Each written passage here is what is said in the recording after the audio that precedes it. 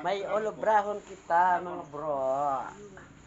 Dapat yan yung lagi ng sinasabi ni Senator Rafi na dapat kapag nagpa-deploy po kayo ng mga OFWs po natin, dapat lagi po ninyong minomonitor from time to time. Dapat lagi niyo pong kinakamusta yung ating mga OFWs.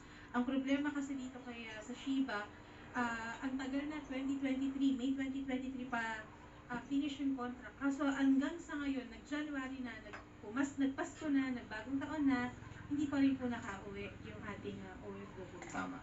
Kaya mag 3 years na, no? Sakto. Mag 3 years na hindi naman dapat. Yes po. Okay, ito naman po attorneys, mga SG, mga security guards po ang nasa studio natin sa pamumuno po ni Joey Nacional and Gemaline Pregoli. At humihingi po ng tulong na makuha po yung kanilang sahod.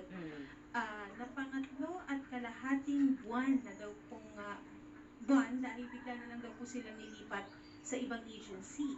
And wala din daw po silang mga benefits. Okay. Oh, okay. Sige. So, meron tayong 5 complainants. 5 lang kayo? 5 o meron pa kayo ibang kasama? May isa. Guba na, balda Si Joey. na. Opo, sir. Joey. Kayo po, ano po pangalan ninyo? Gemaline po. Gemaline kayo po? Chris May? Sueli Santa. Tinyoso po sir. Tignoso. Okay, sige. Pare, okay. Question, pare-pareho ba kayo ng tagal dito sa inyong dating agency na may Mediator Security Agency and Security and Investigation Agency? Pare-pareho kayo ng tagal? Yung iba po, mga months lang. Ikaw, gano'n ka nakatagal? 1 year and 5 1 months. year and 5 months. Okay. Kayo, 1 year? Nasa 1 year kayo?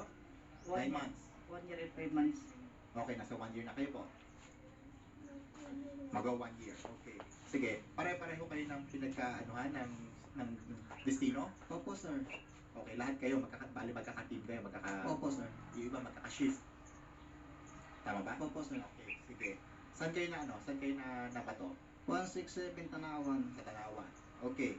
Ngayon, ang nangyari, bigla kayo nilipat, 3.5 months na. Kailan yun? December? Ito lang po kami nilipat na February 16.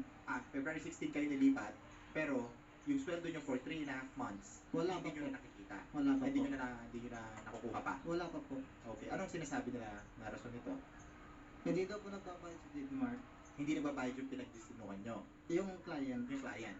But regardless, tinrabaho nyo yung 3.5 months na yun. Yes po. Tinamaan nyo yung Pasko, tama?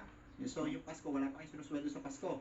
Wala pa po. Kahit po 13 month, wala pa. Binigay ko sa amin 13 month ay January 4. January 4 lang, Opo. Yun lang po. buo naman. Tama Buo naman. naman po. Tama yung binigay, pero January 4 dumating. Opo. Okay, sige. Ano pa? Benefits. Paano nyo nalaman wala kayong benefits? Hindi po inuhulugan. Talagang sadya pong walang... Pero kinakaltasan po kayo. Wala po. Walang kaltas, pero hindi rin kayo nuhulugan. Wala rin po. Okay. Sige. Kausapin natin na para malinawan tayo. Diyan naman si Miss Arlene Fabricas, ang Operations Officer ng Mediator Security and Investigation Agency. Ma'am Arlene? Ma'am Arlene? Andyan ba? Naputol. Sige. Saan kayo nilipat ngayon? Doon pa rin. Pinalitan ng bagong agency. Same yung destino, pero pinalitan ng agency. Agency. Okay, kamusta naman itong agency na pinaglipatan nyo? Bago pa lang po. Bago pa lang. Same ba yung may-ari? Hindi po. Hindi. Iba. Okay, iba naman ang may-ari. Bakit daw kayo nilipat? Wala. Sabi ng admin namin, ang mediator daw ang umayaw. Umayaw ang mediator na dito sa client na to. Kasi daw hindi nagbabayad. Opo. Diba? Pero ganun pa man, inilipat na lang kayo bigla-bigla. Opo, wala pong info sa amin. Wala pong information. May mga pinapirmahan ba sa inyo? Wala po. Wala din. Nalaman lang po namin na nilipat na po pala kami ay nung bigla na lang pumunta yung agency na bago ngayon. Yung, Okay. yung present Ah. na Dito sila na kayo. daw po yung... Sabi na kayo. Opo. Ganon. Wala man lang mga turnover, mga papel, lahat. Wala po. Tapos inisip nila, thank you na lang yung 3.5 months nyo. Siguro po eh. Dahil Magaling, no?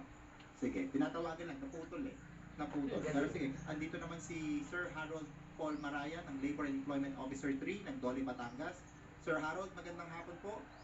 Yes sir, magandang hapon po. Ako, sir, narinig nyo naman po siguro yung mga reklamo, ano, ng ating mga security guards na supposedly, inilipat na lang po sila biglaan. Walang notice, walang info, nagkagulatan na lang po. Aba. Ano po ba ang possible na liability doon ng agency? Yes, sir, sir.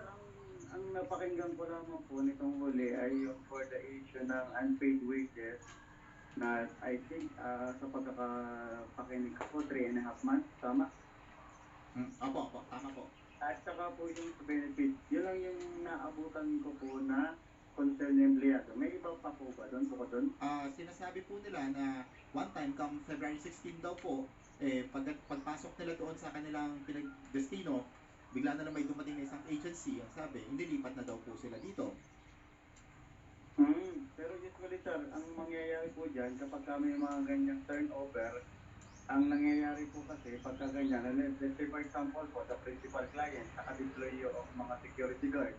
So mangyayari, siyempre dun sa dating employer niya, yung security agency nila dati, ang mangyayari po, dapat supposed to be, kasama sila dun sa agency na dati. Ang mangyayari po, hahanapan nila ng deployment yung mga workers na dyan nakadeploy sa principal client. So mangyayari po, kung ano po ba nangyayari dun sa kontrata nila sa principal, terminated Pisik-pisik. or na wala yung